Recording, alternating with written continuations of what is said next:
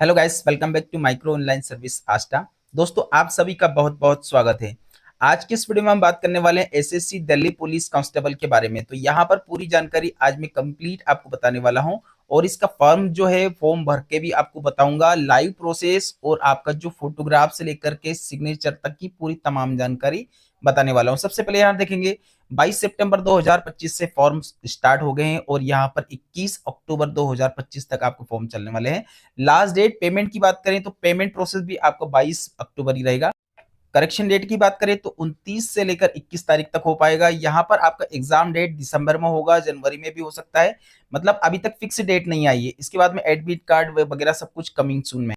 देखिए, एप्लीकेशन की जो फीस है, एप्लीकेशन फीस की बात करें तो यहाँ पर आपका जो जनरल ओबीसी ईडब्ल्यूएस 100 रुपये आपको देना रहेगा। एसटी एससी और पीडब्ल्यूडी कैंडिडेट, मतलब ये सारे जो रिजर्वेशन वाले सब फ्री, इसमें कोई चार्जेस नहीं रहेगा। यहाँ पर देखेंगे ओनली मेक ऑन पेमेंट जो है यूजिंग किसी भी आप मोड से कर सकते हो।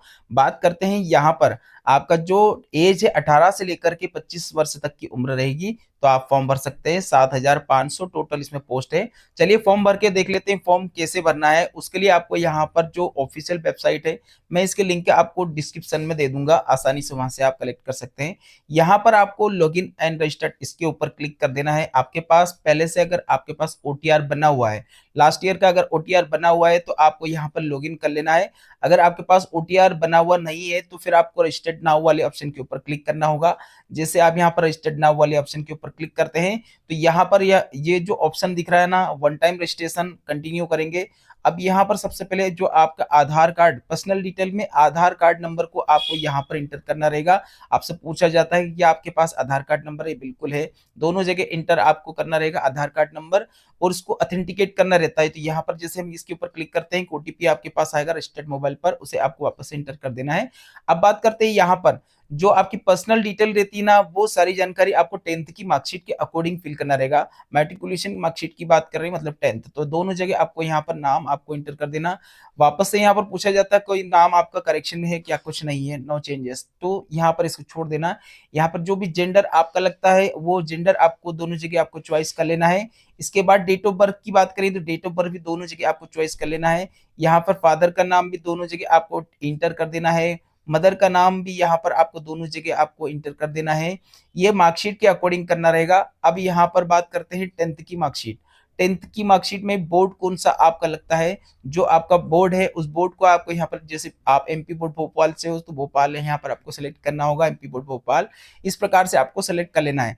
इसके बाद में जो मार्कशीट में रोल नंबर आपके 10th के मार्क जो रोल नंबर रहता है, रोल नंबर डालेंगे। ईयर ऑफ पासिंग, कौन सी ईयर में पास किया वो दिखाएंगे। यहाँ पर देखेंगे एजुकेशन क्वालिफिकेशन, हाईएस्ट क्वालिफिकेशन क्या है आपकी, वो हाईएस्ट क्वालिफिकेशन दिखा सकते हो।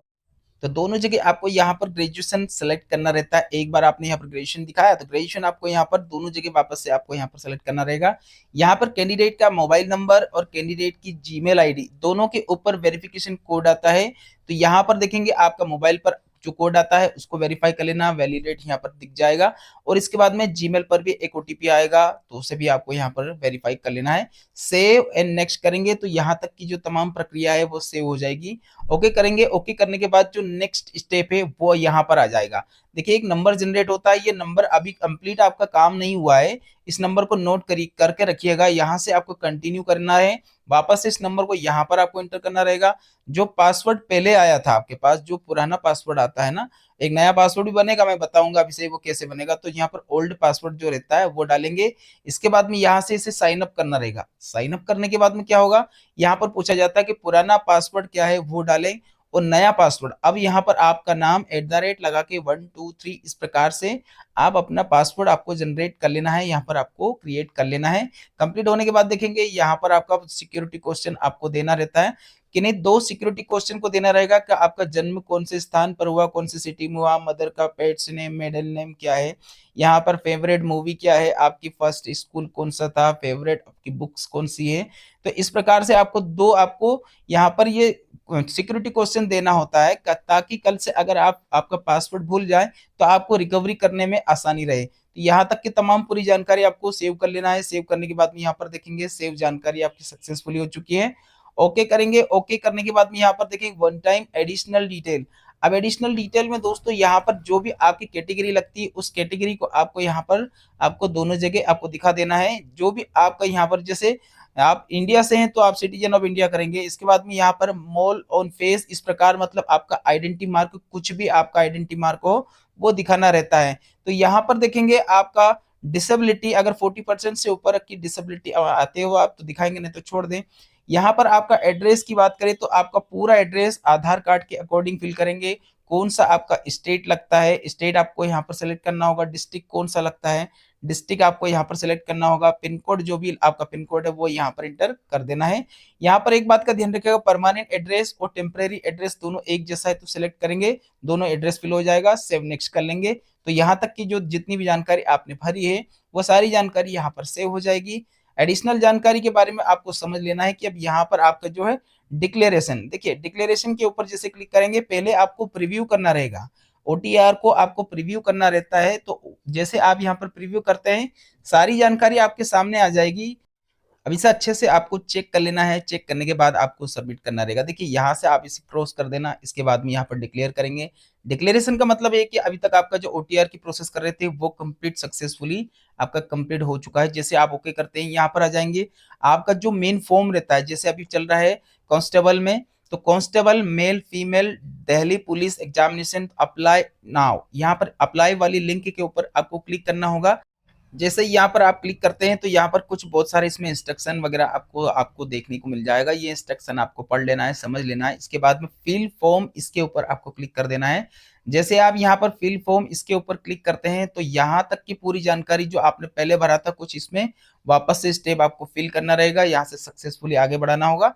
अब यहाँ से पूरी जानकारी आपकी एजुकेशन का देना रहेगा। तो आपका हाईएस्ट एजुकेशन क्या है वो आपको दिखाना रहेगा। हाईएस्ट एजुकेशन में देखिएगा यहाँ पर आपका जो फॉर्म है उसकी हाईएस्ट एजुकेशन इसमें 12वीं ही मांगा गया है, मतलब 12th आपके पास होना चाहिए तो आप इस फॉर्म को एलिजिबल हो, फॉर्म भर सकते हो। और यहाँ पर अगर आपके पास पास आउट है या फिर रनिंग हो तो वो आपको दिखाना होगा, कब पास आउट किया वो आपको दिखाना रहेगा। तो ये जानकारी जो है आपका 12th की मार्कशीट के अनुसार आप फॉर्म भर रहे हो तो उसी की यहाँ पर पूरी जानकारी आपको फिलअप कर देना है। अब आपका कौन सा राज्य है वो राज्य आपको यहाँ पर आपको चॉइस कर लेना है। इसके बाद में कौन सा जिले से आपने आपका जो यहाँ पर 12th आप पास आउट हो वो आपको यहाँ पर दिखाना रहेगा। बोर्ड कौन सा है वो सब दिखाना रहेगा। रोल नंबर 12th का आपको रोल नंबर इंटर कर देना है। इसके बाद में यहाँ पर परसेंटेज आपको इंटर कर देना है।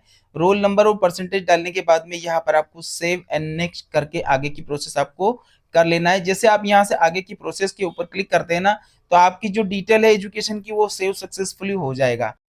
अब यहाँ से एडिशनल इंफॉर्मेशन 1, तो यहाँ पर पूछा जाता है कि आप ओबीसी कैंडिडेट हो और अगर एनसीएल दिल्ली से अगर आपके पास हो तो यस करें, नहीं तो छोड़ देना।